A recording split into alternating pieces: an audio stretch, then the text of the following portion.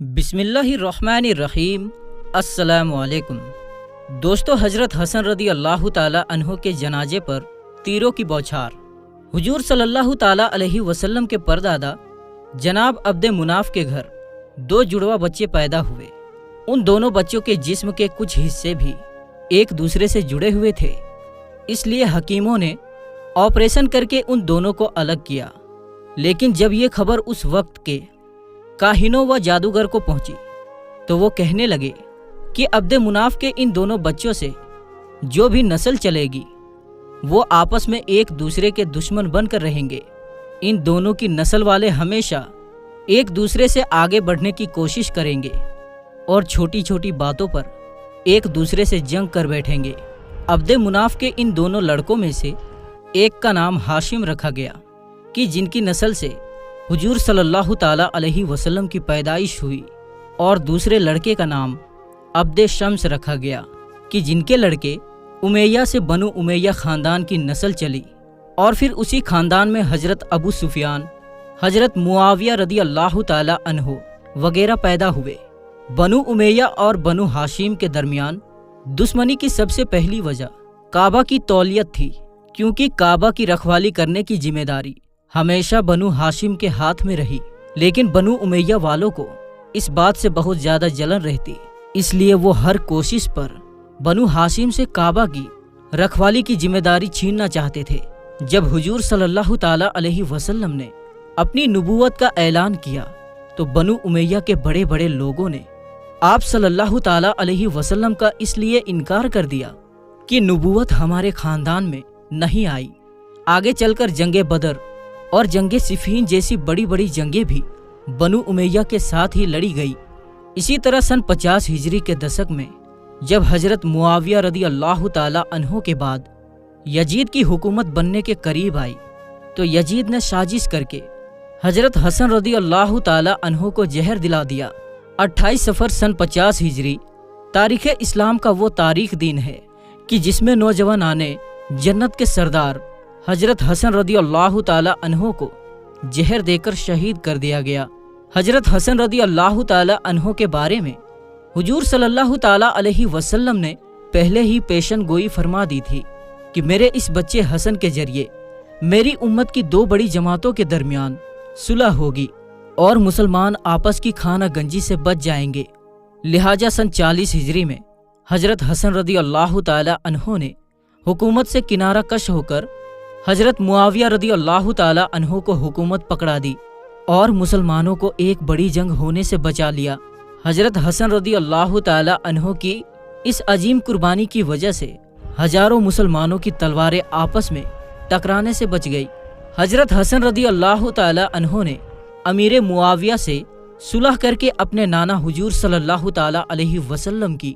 صلح حدیبیہ کی یادیں تازہ کر دی اور حکومت کو ٹھوکر مار کر مدینہ ہی میں اللہ کی عبادت میں مشغول ہو گئے۔ حضرت حسن رضی اللہ تعالی عنہ کی طرف سے صلح ہونے کے باوجود بھی بنو امیہ والے اس بات سے ڈرتے رہتے کہ کہیں حضرت حسن رضی اللہ تعالی عنہ کسی دن اٹھ کر اپنی حکومت کا اعلان نہ کر دے، کیونکہ ان کے حکومت کے اعلان پر بنو امیہ کی حکومت کچھ ہی سیکنڈوں میں ختم ہو جائے گی اور لوگ حضرت حسن رضی اللہ تعالی عنہ کو اپنا خلیفہ تسلیم کر لیں گے۔ اس لیے بنو امیہ والوں نے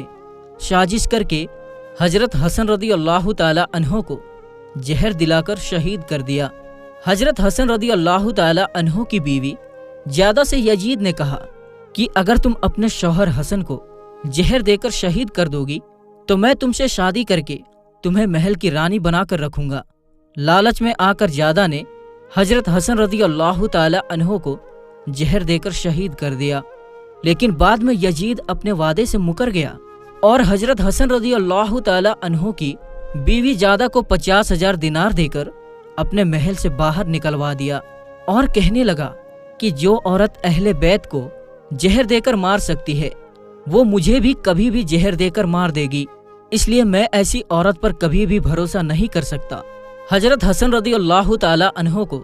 جب تیسری بار زہر دیا گیا تو وہ بہت تیز تھا، اس لیے اپنے چھوٹے بھائی حضرت حسین کو پاس بلا کر کہنے لگے کہ اے حسین، یہ مجھے تیسری بار زہر دیا گیا ہے، اس سے پہلے بھی مجھے کئی بار زہر دے کر مارنے کی کوشش کی گئی، لیکن اللہ نے میری حفاظت فرمائی۔ لیکن اب لگتا ہے کہ میرے جانے کا وقت قریب آ چکا ہے، اس لیے میری ایک وصیت کا خیال رکھنا، وہ یہ ہے کہ میری وفات کے بعد مجھے میرے نانا کے بغل میں لے جا کر دفن کر دینا، لیکن اگر وہاں دفن کرتے وقت کچھ لوگ مخالفت کریں تو لڑائی جھگڑا نہ کرنا، بلکہ مجھے میری امی حضرت فاطمہ کے پاس جنت البقیع میں دفن کر دینا۔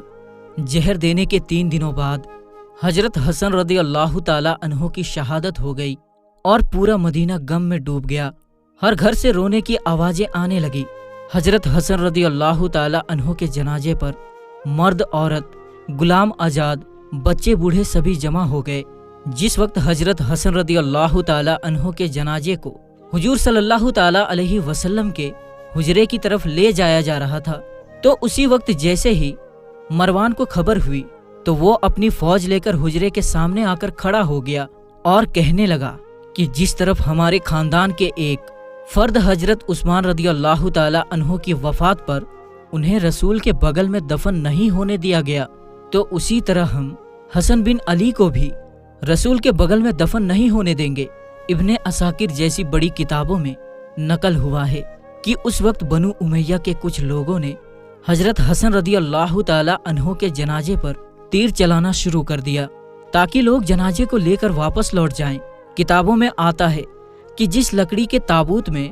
حضرت حسن رضی اللہ تعالی عنہ کا جنازہ لے کر جایا جا رہا تھا، تو اس میں 70 سے زیادہ بنو امیہ کے تیر لگے کہ جنہیں بعد میں نکالا گیا۔ مروان اور اس کے سپاہیوں نے تلواریں نکال لی اور لڑائی کا ایک ماحول بن گیا۔ قریب تھا کہ یہ جھگڑا ایک بڑی جنگ میں تبدیل ہو جاتا، لیکن اسی وقت حضرت حسین رضی اللہ تعالی عنہ نے کہا کہ اے بنو امیہ والو، شکر مناؤ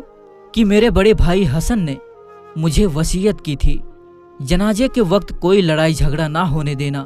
اگر اس وصیت کا خیال نہ ہوتا تو آج میں تمہیں دکھا دیتا